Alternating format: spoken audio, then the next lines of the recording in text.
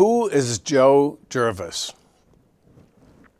I recently had the pleasure of attending the Bennington County Senate's Candidates Forum at the Manchester Community Library. In attendance were 6 candidates vying for 2 seats. The candidates for State Senate are as follows: Seth Bongartz, Rob Plunkett, Spike Whitmore, Joe Gervais, Cynthia Browning, and Steve Barry. Anyone who runs for office deserves our respect and gratitude because it's hard. And serving can be even harder if you take it seriously. Coming out on a weeknight, sitting before your constituents and fielding questions can be quite stressful. It's especially true if the questions posed expose a background that you might not want exposed. When the audience was called upon for questions, I raised my hand and was called upon. My question was simple. You say that you will represent the people, yet you, Joe Gervais, vilify a substantial number of the people in our community. Now, had I just asked this question in a vacuum, it would not have made any sense because no one in the audience would know what I was talking about. So before asking my question, I began reading Mr. Gervais's own words back to him. I did so to inform the public as to how he has vilified the LGBTQ community, as well as all Democrats. When I read these words, Mr. Gervais supporters rudely attempted to shout me down. Here's a link to his Substack page and the prelude to my questions. https://substack.com/@Joe My question was, in your post on your Substack page titled, quote, "Trafficking and Grooming in the United States," you make the following statements. Quote, "My mother-in-law loved to do word searches. Pride Month has been happening for over 50 years, but was federally recognized by President Bill Clinton in 1999. A word search within the statement Pride Month finds the word demon right in the middle, staring right at us. Over the decades, the grooming of children has become much more obvious." Another statement on his page, and I quote, "In July of 2007, in a speech to Planned Parenthood, then Senator Barack Obama called for sexual education of kindergarten children.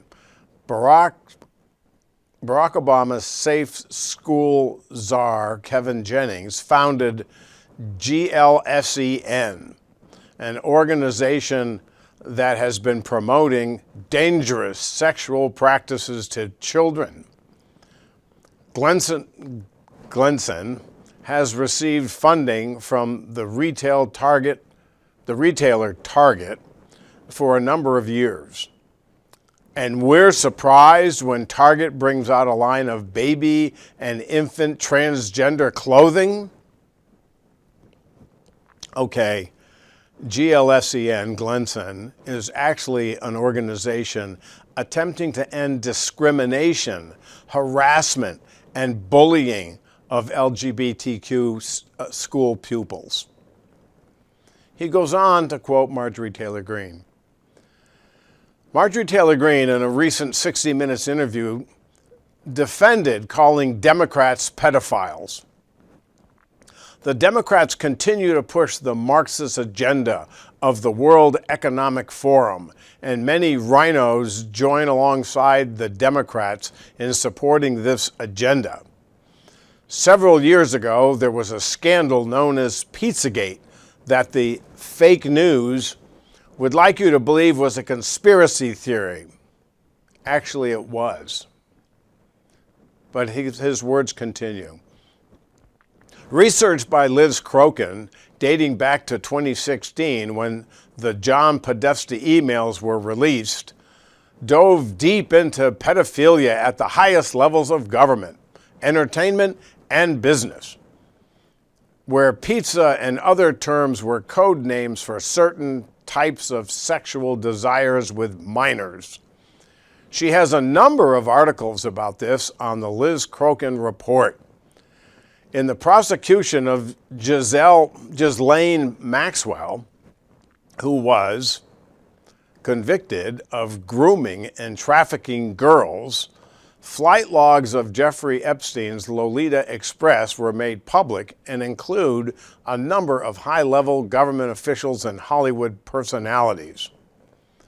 Quote, or parens, my words, Rep. Marjorie Taylor Greene is well known for her Jewish space laser conspiracy theory, and Ms. Crokin is recognized as a radical right-wing conspiracy theorist and a supporter of QAnon, as is Rep. Marjorie Taylor Greene.